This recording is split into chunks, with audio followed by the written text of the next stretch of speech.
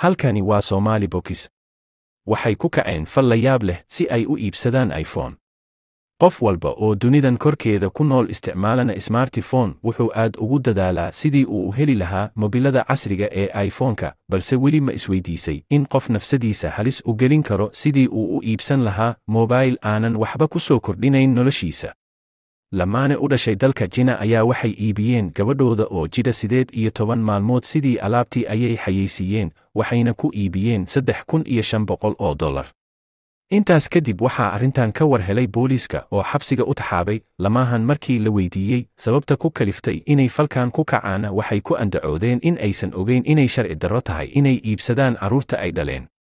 Gabadhan waxay isku dayday inay hooyadeed disho 2 mardadeedu waa 12 sano jir. Maalin maalmaha ka mid ah oo ay hooyadeed quraac u diyaarinaysay ayay quraacda ugu dadhay waran kiilo, isla markiiba waxaa loola cararay isbitaalka hooyadii halkaas oo lagu daweeyey.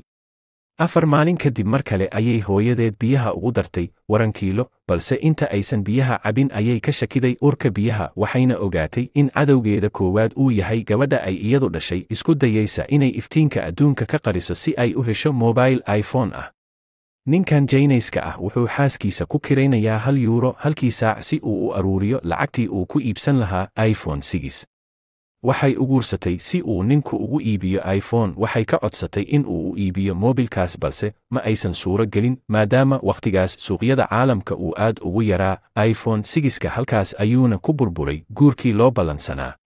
Waa 17 jir, waalidkiisna waa fakhri aan hanti haysan. Wuxuu aad iskugu mashquuliyey sidii uu mar ku heli lahaa mobile iPhone 6 ah. Mashquul ayuu isku furay fikir tiro badan, iyo isagoon guriga ka baxayn ayay aragtay hooyadiis. Waxay ka baqday inuu naftiisa gooyo, waxayna go'aan ku qaadatay inay u iibiso kelidiisa si uu u helo waxa uu doonayo. Ugu dambeyntii cusbitaal ayay tageen, wuxuuna kelidiisa ku iibsaday lacag dhan $3,500.